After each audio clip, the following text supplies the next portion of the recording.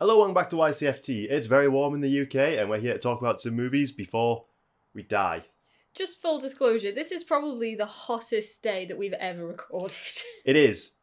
It is. We didn't do it on the hottest day of the year, thankfully, but we was running out of content and we needed to record this weekend. We're dying. We're absolutely dying. The mics pick up the fans and we had to turn that off. But we're here to talk about some Predator action. We're talking about Prey. Yep. The Predator prequel. Yep. That recently dropped, if you're in the States, on Hulu, but for us it was on disneyplus. What do you think of this movie? I loved it. So did I. I really liked this. If I'd seen this in the cinema, I wouldn't have been disappointed. I do think it should have had a theatrical release. I do too. It's a shame. But I think this film now sets a standard for the quality that a direct to streaming film should be at. Yeah, 100%. I'm going to jump straight in on it because the biggest chatter online is usually people complain about the VFX in it. Yeah, there's a lot of CG animals in this. I think The Predator from a few years ago, probably the biggest budget of all the Predator films, has worse VFX than this film does. It's also the shittiest in the franchise. It's also the worst in the franchise. It's another right.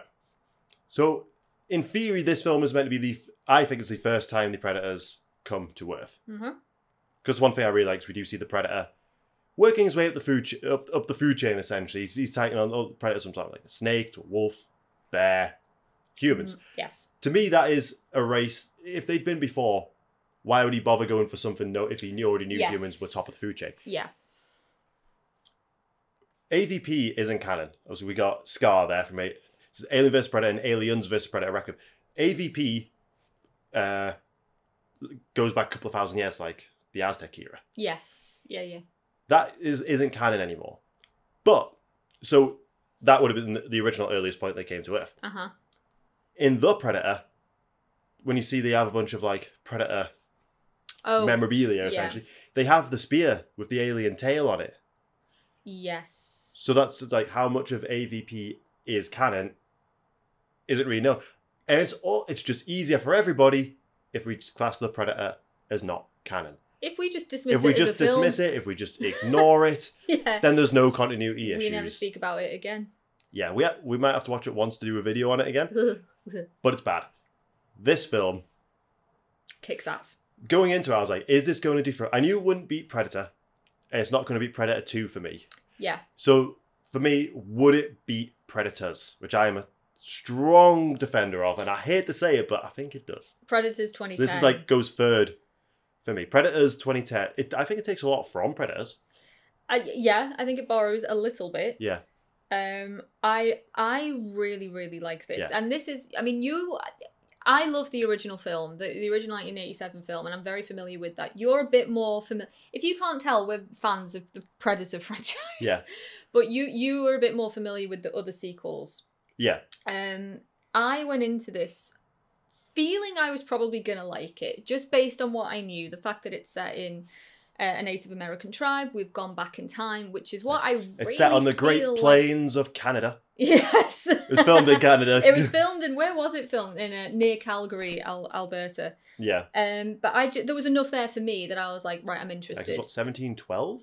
1719. 1719. So it's 268 years before the events of the very first film. So I say, the first half of this video is going to be spoiler free. Yes. We're going to talk about what we liked about it, the certain themes that we see. Then we're going to talk about some specific scenes because there's stuff that just needs to be talked about. Absolutely. So, do you want to give us a back? Like, you kind of found out through research, you're a fan of like Native American history. There's a shockingly low amount of American-made Native American films. Yeah, it's like I'm sorry, any American fans here, do you just ignore this part of your history? It's not it's not a pretty part of your history. No. It's very upsetting, I guess, when you think about how dirty they've been done. Not just historically. We're but British. also Our history is filled with blood. We get it.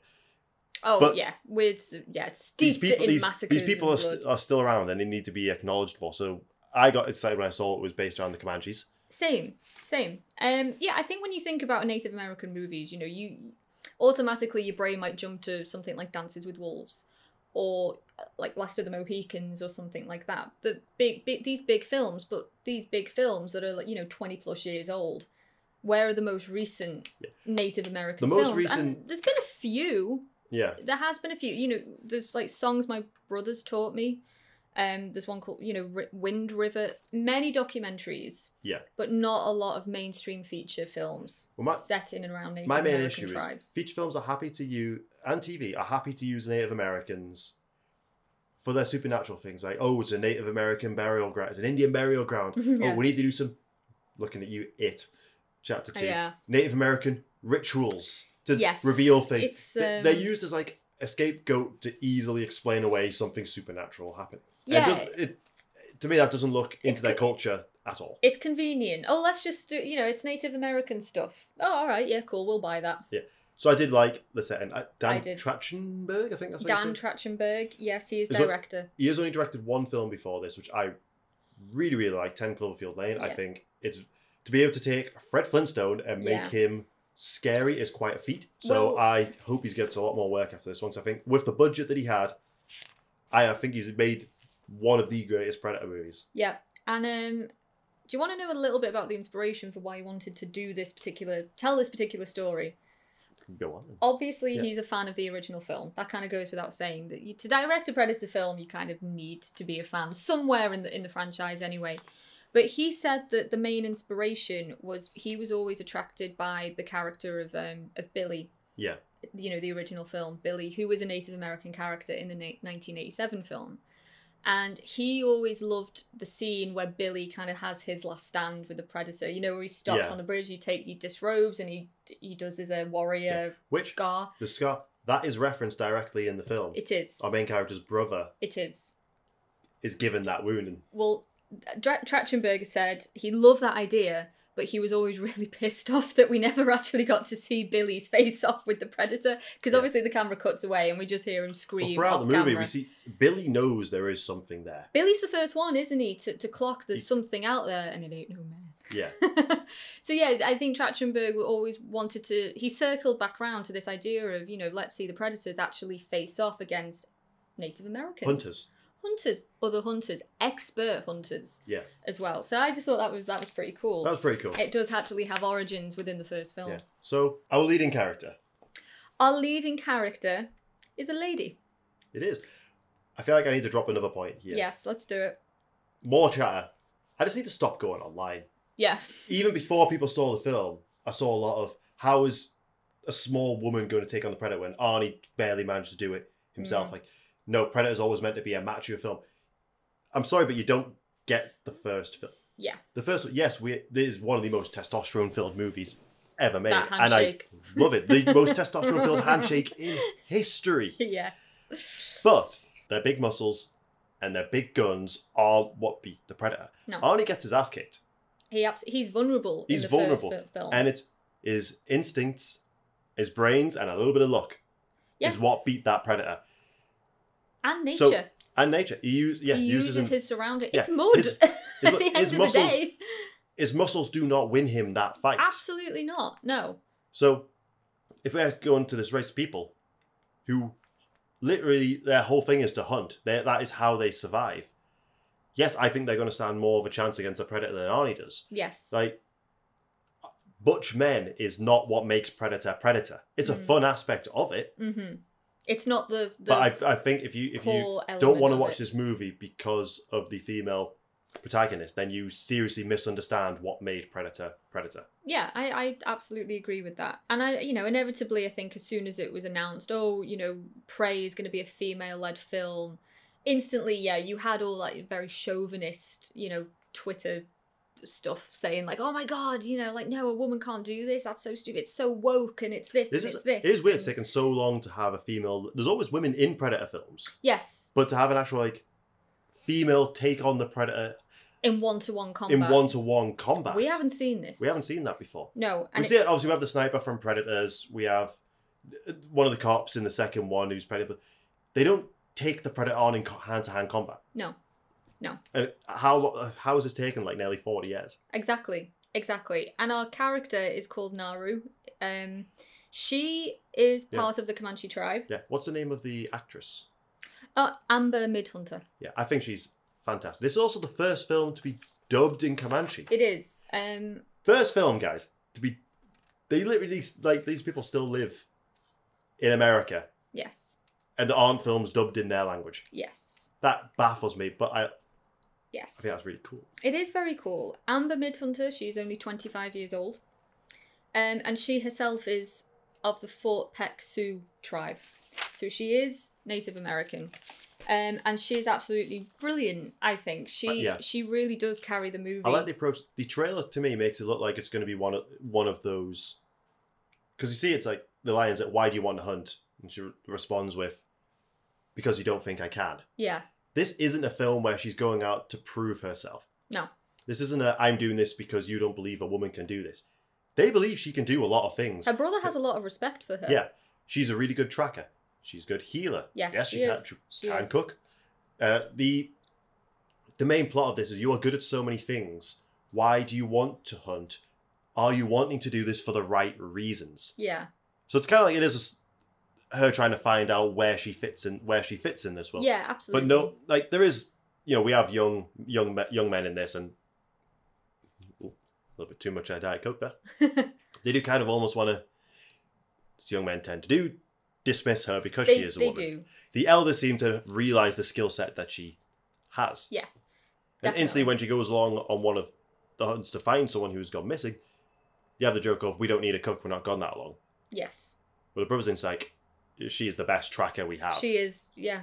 So, and I kind of like that approach. It's a personal journey for her. She only needs to prove herself to herself. Yeah, that's the thing. I mean, yeah, she does face a little bit of adversity with some people of her tribe, like her brother's friends, who were obviously very skilled hunters amongst themselves. But her brother, who was a very good hunter, appreciates how smart she is and knows how valuable she is. And he doesn't at any point say to her, "You can't do this. You shouldn't be doing this. You're a woman. Like, know your place."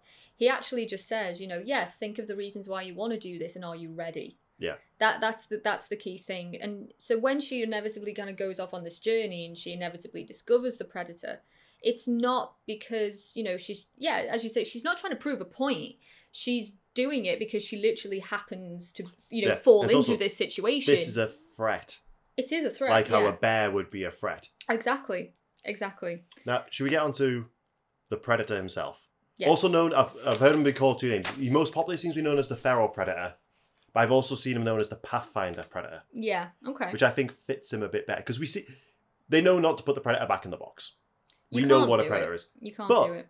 He is cloaked for the majority of this film, but we also see a lot of it from his point of view. We see him get dropped off. Quite early on in the film. So we see him in the background, we see him doing things, we see him working his way up the food chain. Well, he's kind of taking in his surroundings, isn't he? What's the name of the guy who plays the Predator? Dane DiLiegro, who is Italian. He is an actor, but he was a once upon a time basketball player, and he is 6'9".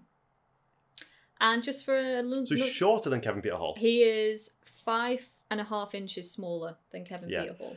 I'm gonna go out and say, I think he is the true successor to Kevin Peter Hall. He's good. I have issues with the Predators in all the other films, except maybe AVP Requiem, mainly because he is quite slender in that, but the film's so fucking dark that you can't see him. Yeah. But in AVP, they're too buff. They run like this, and it looks ridiculous. Well, Kevin Peter Hall was taught. He didn't treat it like a stunt job. He was purpose behind what he's doing. There was a performance, and I saw that. There was personality. I saw that in this film. There's personality. There's like when he's fighting, he's calculated. Yeah. Exactly. Yeah, there's personality behind all of his movements, and the Predator feels like a character, and I don't think he's felt like a character for a very long time. That's kind of the biggest problem, is that throughout all the sequels and AVPs and whatnot, the Predator as a character has never felt like a character in his own movie. And the last film, what was it, The Predator, where Shane Black came back to direct and write it, we ended up sidelining this incredible, alien to make way for characters that we ultimately we don't care about. But the look and the design of the Predator has shaped over time, and they tended to cast these like almost bodybuilder-esque actors and stuntmen in the roles who aren't nearly as tall. They walk hench, and it's not Predator. Whereas this Predator, is a return to that. This is a return to it. So I think I want him to keep playing Predators. I'd be very happy. Not an issue with the later ones. The weaponry doesn't really change. The second one introduces like the spear and the net, which we do see in this. I like how the spear also becomes a sword. But the weaponry, for the most part, is toned down because it's 200 years before the first film. It is, yeah. Doesn't have the plasma caster. No, that's gone. He has a gun that shoots metal darts that follow his aim. So it's still like, obviously you have to be advanced enough to be able to travel to another planet. So it is like a projectile that can track. But it's not quite plasma caster yet. And he has a shield that he also ends up using as a weapon. It's stuff I really like that because I'm getting to see new things in the 6th film in this franchise. Yeah. Something that we don't get is the voice mimicry.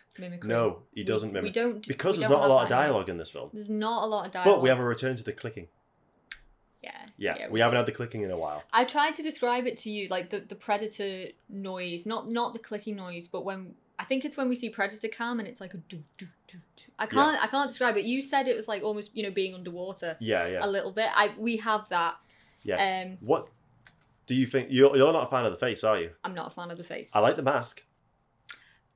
Mask is yeah. I like it being bone because we've seen in Predators, especially them decorating their masks with bone, but it leaves a lot more exposed. Yeah. I don't mind, again, because I like Predators. I like the idea of there being different bloodlines of Predators, and so there could be ones that look different, kind of like how there is on Earth. We don't all look the same.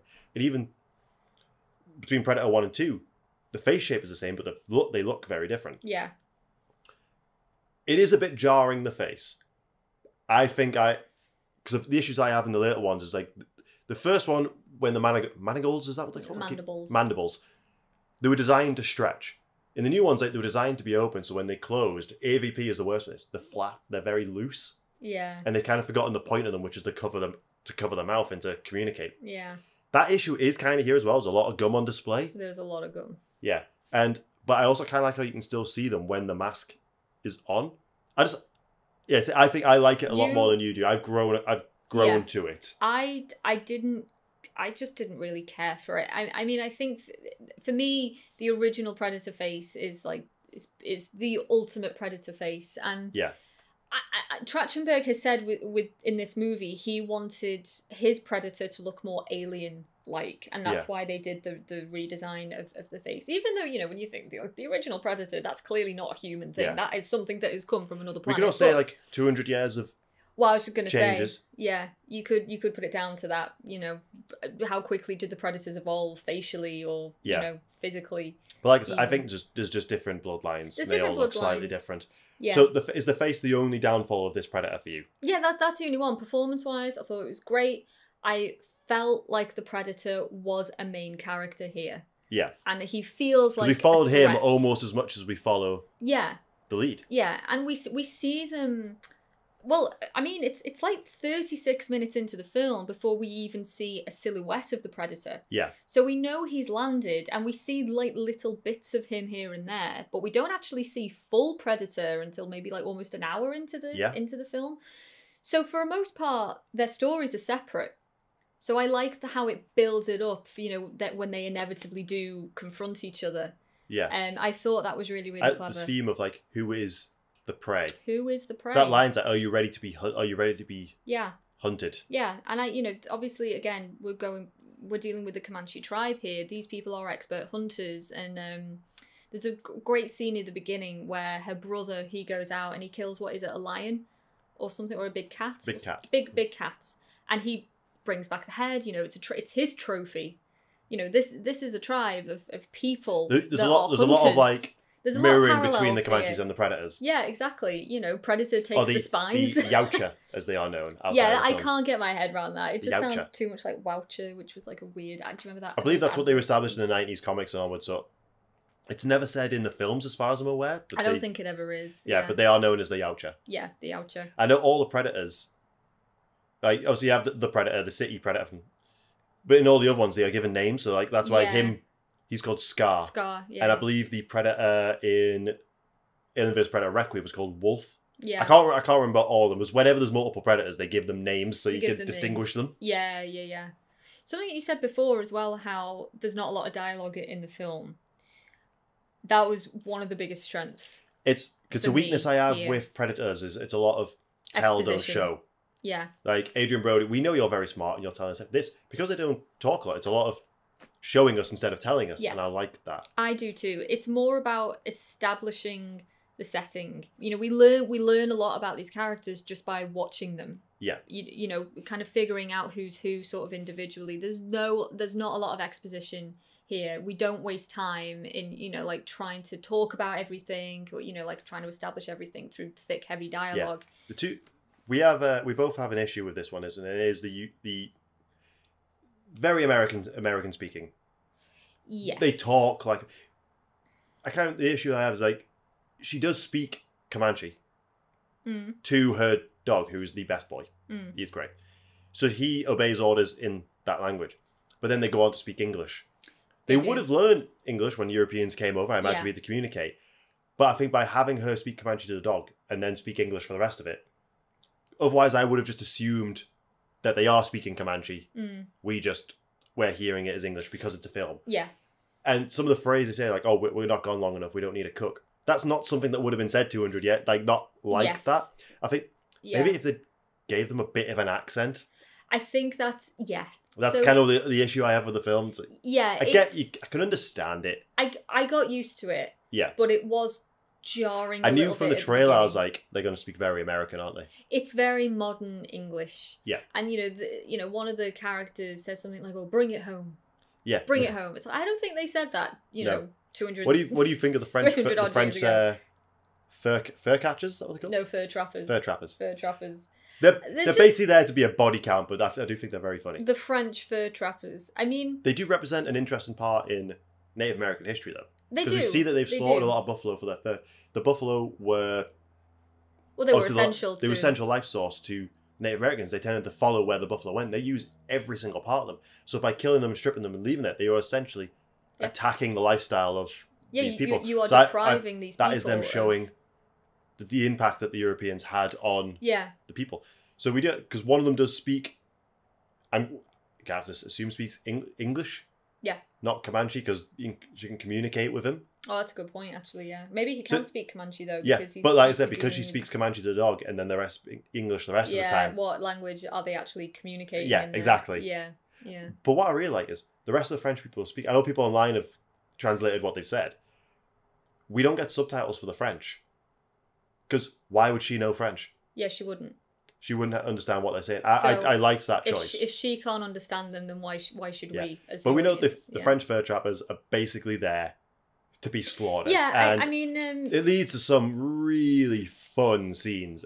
It does. Amazing action. There's a very cool massacre sequence that envelops with the fur trappers. They ultimately capture both brother and sister Naru. And what is her brother called? I think it's something like Tabi. I don't know if I'm pronouncing that right. But yeah, Tab or Tabi, I can't pronounce it. But it's Are we going to go into scenes that we like now? Maybe. I just wanted to stay on the fur trappers though for a sec, just to kind of reiterate that, obviously it's quite, it's very accurate in that, obviously there were fur trappers at the time, and I did like how it was almost like comically exaggerated just how evil the trappers are, and how uncouth and how uncivilized they are. I mean, it's the French. Well, but that's also a thing, and like I think they went as the English we have they are our natural enemies. Our enemies. French. Sorry to any French viewers, but you don't like us either. They picked French, but at the time it would have been general Europeans. Yeah. I know the French did go over there. They did, but general Europeans did as well. A lot of general Europeans. In this film, for some reason, it is just French. Yeah. It is just French. But yeah, obviously, that is quite accurate. Period accurate for the time. And there's a lot of link obviously hints towards Native American traditions and stories. Like when she sees the Predator ship early on, she believes it's the Thunderbird. Yes. Which in their folklore is a giant bird that creates a thunderstorm in its wake. Yeah, and she takes that as a sign that it's her turn to do the big hunt. It's her turn. It's her turn. Of course, it's the Predator ship actually coming down. It's strange how it's almost kind of similar to the Vikings, how they look to the skies and animals for signs. Yes. Yeah. Like in Nordic religion. Yeah, it's true. So again, I see a lot of comparisons between them. Yeah. Yeah. Even that, when she sees the Predator, she relates it to something like a childhood monster. from a story. She does, and they kind of mock her for that, don't they? Should we go into spoiler territory? Okay. From this point on. This point on, spoilers and some keys. Heavy spoilers and some key scenes. I really like, this is like before the final confrontation. She whistles. I didn't get this at the time. I found this out watching videos afterwards. When she's waiting for the predator to come down. In Native American culture, you do not whistle at night because they believe that brings evil spirits down to earth. She is summoning the predator. Yeah. And that's why she whistles. I was like, and that's why she whistles. I really like that. Yeah. That is something that most people aren't going to get. Yeah. But it shows an attention to detail. Yeah. A scene that I also really enjoy is when he's fighting the bear. It's one of those ones where the VFX do kind of stand out a bit, but I don't care because it's cool. Yeah. Obviously, he's working his way up. He is. The food chain. Yeah. Killing the bear, and he's camouflage, the blood silhouette. Oh, because he basically like guts the bear, doesn't he? And then he holds it up and all the guts just pour straight out. And that's how she's able to when the predator takes on all the fur trappers, that is the single best scene. I don't think any of the trappers are killed in the same way. No. And I love that. Yeah. Obviously, all the Predator's gear is very toned down from the film that's set 200 years afterwards. Yeah. The shield is now one of my all-time favourite things. The shield is cool. We finally got to see someone diced with the net. Yes. We've seen hints at that, but we've never seen someone full-on diced by it. We also see a very early version of a bomb. Yeah, very early version of his gauntlet bomb. Which, of course, the trappers, this is 1719. They don't know what that is. They would never have heard a beep. No. Imagine a world where you don't know what a beep is. Yeah, and so, they're kind of curious about it. I love it. It's like when they're all lined up and they go... Obviously, this is them playing with the idea. They're playing with the scene from the first one where they're just shooting their guns off into any area, trying to hit anything. Yeah. The fur trappers, they all have their rifles. They all fire. They only... Reload! The single shot. Reload! I just found that really amusing. Yeah. But yeah, that scene there kind of cemented the Predator for me as like... Yes. Or the Feral Predator, the Pathfinder Predator. I was like, this is the best since Kevin Peter Hall. He was great fun. Very, very... I think fundamentally the Predator, they have to be interesting to watch. Yes, physically, you've got to tick a lot of boxes. Yeah, but the performance has to be interesting. Even though he is invisible for a lot of it. Yes, he is. And you can see like it's more rudimentary because he does like when he's fighting, especially it disappears in bits, and when he gets hit. Yeah. Because he takes a lot of damage in this, and so we have the return of the Predator medical kit. Yeah. Which I think is always important to have the medical kit because it shows they're not invincible. Kit. So we have a return of the line of if it bleeds, we can kill it. Yeah. When the brother takes on the Predator, the Predator cheats. Mm-hmm. But it's also really, really cool. Well, interesting. So that scene, yes. So earlier on in the film, Naru and her brother Tab, they've been kidnapped by the trappers and used as bait to lure the Predator because the trappers are aware that there is a thing out there. And anyway... It could possibly have killed a couple of them. Probably. Yeah. And anyway, Naru and Tab, they managed to escape. And I'm going to just carry on calling him Tab because I don't know if that's how I'm pronouncing it right, but that's what I'm sticking with. He's on his horse and he's facing off with the Predator. Predator turns invisible. Yeah. And this is after he's dealt some dangerous blows to him. Tab yells something. And now, interestingly, even in the Comanche dub, it's not revealed what he says, and we don't get it we don't get it here either. But what he actually yells is cheetah. Yeah. He actually yells that. I don't know why it wasn't dubbed in the Comanche. I don't know. Might not have been a word for it. But that's what he actually yells. Yeah. Maybe they don't have a word for cheetah. And you can tell he gets frustrated by it because the Predator panics in that moment. Yeah. The brother is a superior fighter. Yeah. He has the upper hand. He has to then use his tech to win. He has to turn invisible. He's got no other option. Yeah. So yeah, there's cool sequences like that. Yeah, that's cool. I didn't know that that's what he what he actually yells cheetah. Yeah. He's frustrated with it. It's not a fair fight. Yeah. There's a scene fairly early on in the film, which I think everyone loves, where she gets caught in a swamp. And she's getting sucked and bogged down in the swamp. She's covered in mud. And of course, what does that remind everyone of? Yeah, Arnie in the mud. And I was convinced that this was gonna play a part. She's covered in mud. Predator maybe comes along or whatever. I clocked earlier on because when there's a wounded member of her tribe that's been hurt by the big cat, I believe the plant is fictional that she uses. It lowers the body temperature to reduce the bleeding. I was like, that's how she's going to beat it in this one. Because it's established she is a healer. She is a healer. She knows medicine. Yeah, that is how she takes on the Predator. But I love this particular scene where she's sinking further and further down, and she's got, what is it, like a tomahawk axe? Tomahawk on a piece of rope, which any Assassin's Creed fans, yeah, I love that. And she's swinging the tomahawk at this like pile of logs. She's trying to catch it so she can get a grip and yank herself out. And she has to do it a couple of times. 5 times. She has to do it loads before she actually gets If you don't do it on the first time, it's never the second. It's usually the third. And if it's not the third, it'll be the fifth. Yeah.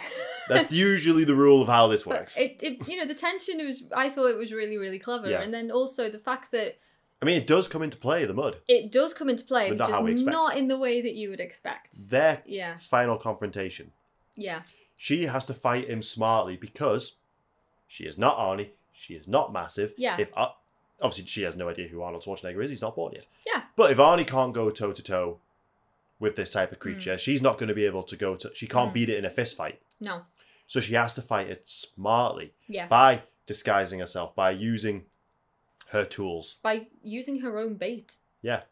Using her own bait. I kind of liked her being given a gun. Because the Native Americans, they did use European weapons. Yeah. To try and compete. The main issues, they have the same issues that the Zulus had in South Africa, is they didn't know how to repair them when they broke, and they were quite prone to breaking. Yeah. So they wouldn't put themselves at a disadvantage. But I do like, she may have the pistol, but that is not what wins the fight for her. Yeah, I was worried at some point. I think we both Do we say what the pistol is? Yeah, go on. It's the pistol from the end of Predator 2. Yeah, it is. It's exactly the same. It's the same pistol, which I kind of suspected. Yeah, but I do like that. That does lead to some... There's no post-credit scene in this. No. But the credits are done in cave drawings. Yes. And there is a hint within there. I mean, obviously, because we know the Predators get that pistol in order to give it to Danny Glover. Yeah. The Predators have to come back. And there are hints of where the story could go within those credits, which I really like. Yeah. That made me watch the credits because I wanted to see what was going on. Yeah, yeah. But I like how she uses it to wound him, but that is not what does the finishing blow. It is her skill. Yeah, ingenuity. Yeah, ingenuity. But yeah, she captures a third trapper and uses him as bait. She does. But as established in the previous scene, if he doesn't, she works out quicker than anyone else that if you are not seen as a threat, it will not hunt you because there's no sport in it. That's exactly the thing. But there is a moment in this. The whole, like I said, it's the whole question of who is hunting the prey. Like when the bear is attacking her, she is the prey. When the predator starts attacking the bear becomes... It's all about like who is the master hunter and who is the prey. Yeah, exactly. So it's because I know the initial film, the working title for this was Skulls, and I do think Prey is a much better name. Yeah. Yeah, definitely. I mean, again, kind of going back to what you were saying before, because when we were first watching it, like within the first half an hour, I didn't get the impression that it was the first time the Predators had come to Earth. I just thought it was the first time this particular Predator had come to Earth, and it was his time to fight. But then we see the scenes of him with the snake. We see him with, the rabbit and the wolf, and it's like, well, why would he waste time? Why would he waste time on the animals? Unless, because he hasn't found any humans yet, he's just biding his time. I don't know. I suppose you could look at it in one of two ways, but it would make a bit more sense. In my mind, I feel like this is the first time... Yeah. Especially with him being referred to quite often as the Pathfinder. The Pathfinder. So it's like maybe certain predators get dropped off on planets and it's their job to catalogue that planet. Yeah. Maybe. Yeah, I really, if you can't tell, we really enjoyed I loved this. I really, really loved it. I will watch this again. I really hope they do a Blu-ray release of it because I want a physical copy of this. I hope for his second film, I know he's worked a bit in TV, but I think the director did a fantastic job. We're inevitably going to get a sequel of some kind, I think, because it's been pretty well... Rotten Tomatoes, it's currently rated higher than the original, which it's not. It's not better than the original. Yes, it is. It's currently rated higher than the original. It's got 92%. Yeah. But it's a perfect prequel because you can watch that without seeing the original one, and it makes complete sense. I know it's also the biggest premiere that Hulu has ever seen. Yeah, it's doing really well. It's doing very, very well. The score is incredible. The score is incredible. So yeah, just a couple of other things. So producer of the movie is a lady called Jane Myers. She is also Native American, and she is an enrolled member of the Comanche tribe. That's cool. And she made it her mission that this film was going to be as historically accurate as possible.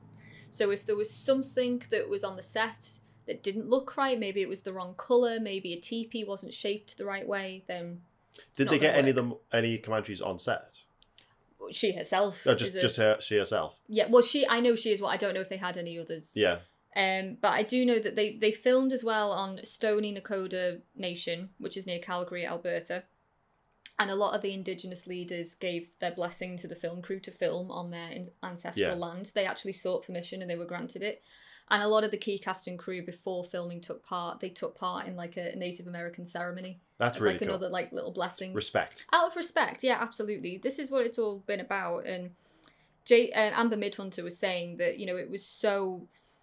that the producer Jane was so kind of adamant that everything had to be right. There was a particular scene amongst the Comanches where you see a cradle board with a mother walking by with her baby in the cradle board, and the cradle board wasn't accurate to the Comanche tribe. Yeah. And so the producer was like, no, out, do it again, rejig it. Now it's Comanche.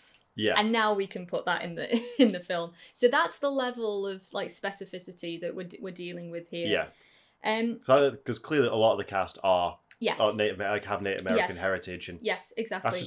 It's just right. It's just how it should be. It's how it should be. And interestingly, Jane, when she was talking about it, she said that the original pitch to her, well, the original studio pitch was the script. It had skulls or prey, whatever the working title was, and then underneath it said all in Comanche.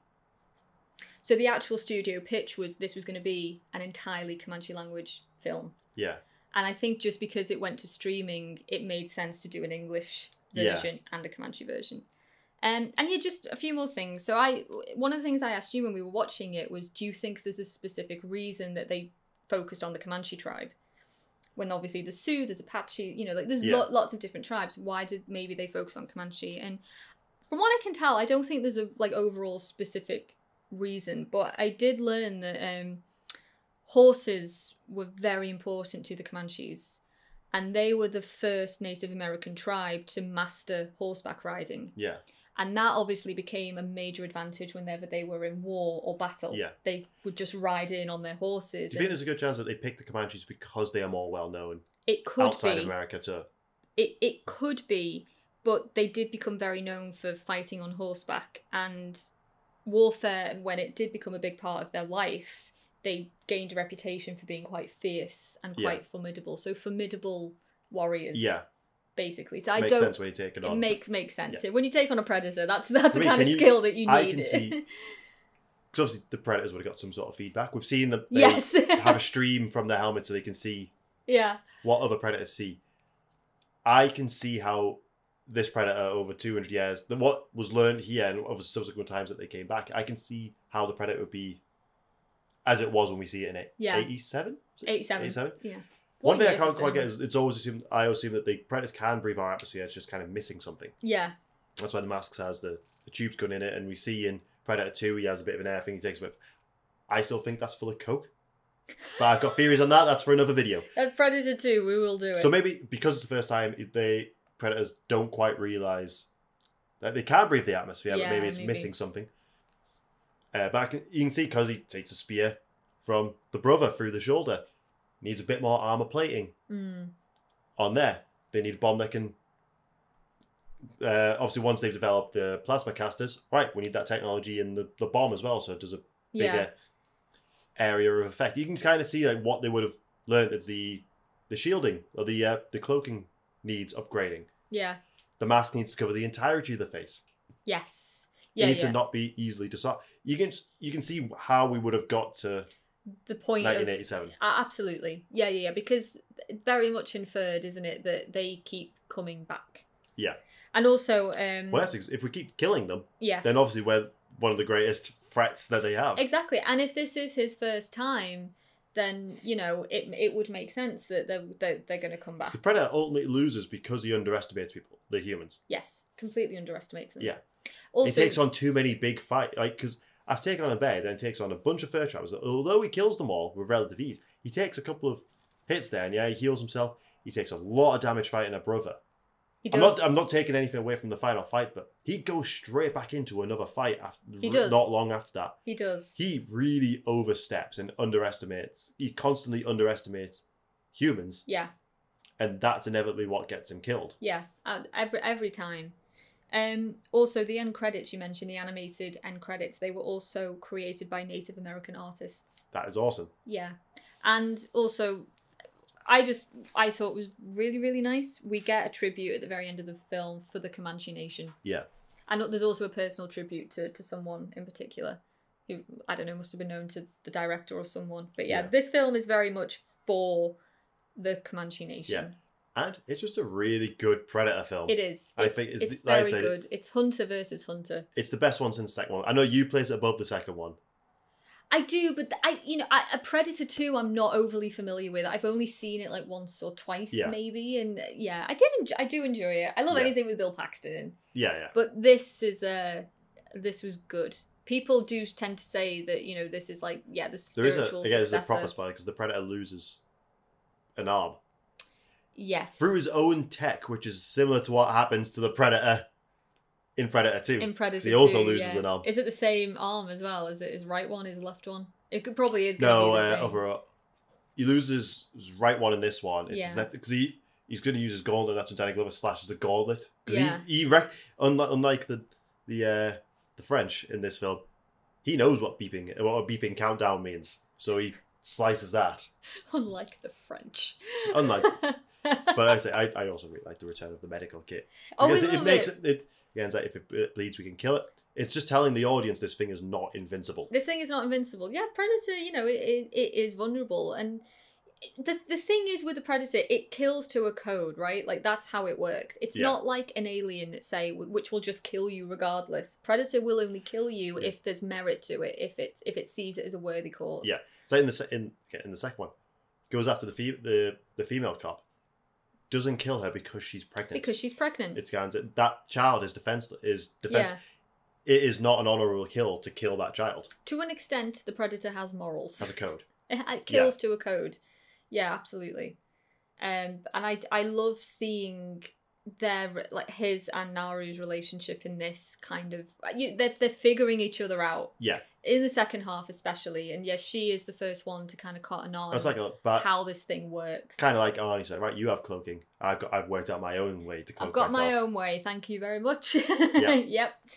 Yeah, which is what I think puts it above Predators for me, because although I really like the film, obviously that's got the problem of tells us too much, but also the final act of the film is basically just rehashing the end of the first film. Yeah. Whereas it feels very different, and that's what I really liked. I think it was a stroke of genius deciding to do a Predator film in the past. Yeah. And for me, it's a bonus that it is Native American, but... I'd be happy if they went back to the same tribe and continued on that story, but I'd also be happy if we just started getting films at different years. Like, I'd love a Wild West one. Yeah, yeah. I think that would just be so much fun. Well, it was another criticism, wasn't it, that was floating around on the internet. People like, how can a little woman with a spear and a bow and arrow defeat a predator? It's like the whole point. Arnie beat him with a log. A log and mud. Yeah. It's like this is the point, guys. It's using your resources. Yeah, Adrian Brody beat him with an axe and fire. Yeah, exactly. So in my mind, there's no reason why we couldn't go back again. I do think there's potential for a good modern day Predator film. Yeah. The Predator failed, as in, the Predator film, the Shane Box Black office movie. failed, critically failed. Storytelling wise, it was a sham, like absolute terrible idea. I do think there is potential for a modern day setting, but I also just like seeing the past again. Yeah. I really, really do. So yeah, it'll be difficult to capture what Predator 2 did with this new jungle of fish out of water. We've done it. We've already done it. Yeah, we've done it. We've done it once before. Yeah. But yeah, do you have any more notes? No, I think that was it. That's something I'll put on merch one day. You got any more notes? Any more notes? As you can tell, we really enjoyed this film. Highly recommend watching it. I wish it had got a cinematic release. I would have even with, like I said, I think the VFX in this are better than they were in The Predator. Yeah. Means there's less of them. They are obvious in points, but it's also like when you look at certain scenes, like there's no way they could have done that. There's also some cool prosthetics though. Like I will say, some really cool prosthetics. Some of the massacre scenes, especially. There's a scene where someone's limbs flying off. One scene that made me laugh where someone's had their leg chopped off and he stood up, and I'm like, all right, I can see where, like, obviously he's wearing a green sleeve on there and they've keyed him out. I'm like, just the way he stands, like, well, I can see where his real foot would be. But that's just me. This is look, VFX artist right I look here. for that Yeah. stuff. But if I'd seen it in the cinema, it wouldn't have been a gripe, and I would have came out of the cinema very happy. Yeah, exactly. One last note: beautiful cinematography. Yeah, really, really beautiful. Stunning cinematography. They use the setting really well. I think you pointed it out that we see virtually like every kind of weather or sunrise or sunset that you can ever see in this film. It's there. We see different terrains. It's also filmed 100% outside. Yeah. All of this is shot externally. So yeah, it's a very visually, it's an interesting film to watch, and it's just a great. One thing we haven't seen much of: Predator in the rain. Yeah. And I think we've seen him in water. We've seen him in water, but I'm thinking like the last Invisible Man that came out. Oh yeah. When he's outside the hospital and it's raining, you see it like the drops coming. How would that work with the Predator's cloaking? Yeah, because that's what I want to see in the next one. Yeah. I can already think of the render time for that type of effect, but that would look really cool. Maybe in the next one. Yeah. So that's it, Dan Trachtenberg. If you're watching this, it works with Don Mancini. I'll just tweet it at you. Predator in the rain. We need a Predator in the rain. So yeah, thanks for stopping by, guys. It's on Disney Plus right now. It's on Hulu. It's good. Give it a watch. In fact, all the Predators are on there, apart from the Predator, which, like we said, we might as well cast it aside. But I actually rewatched Alien vs Predator leading up to this. You did. And Predators. You did. And I saw Predator in the cinema a little while ago. So I've done a lot of prep for this film. A lot of yeah. But I had like various different qualities. But watching those three films, I still had a lot of enjoyment out of them. So they're all still worth watching, David. Yeah. Prey it's fun. Yeah. I think before the year's out, I'll probably watch it again. Yeah, and it's like if you're worried that this is going to be, one of those wokey modern day films, it's not. No. It's a genuinely good film. It's a genuinely good film. It is. And we finally have a spiritual successor to Kevin Peter Hall as the Predator. Yeah. Finally. Even if he is 35 years. Even if he is a bit short. At 6'9". At 6'9". So thanks for stopping by, guys, and we'll see you next week.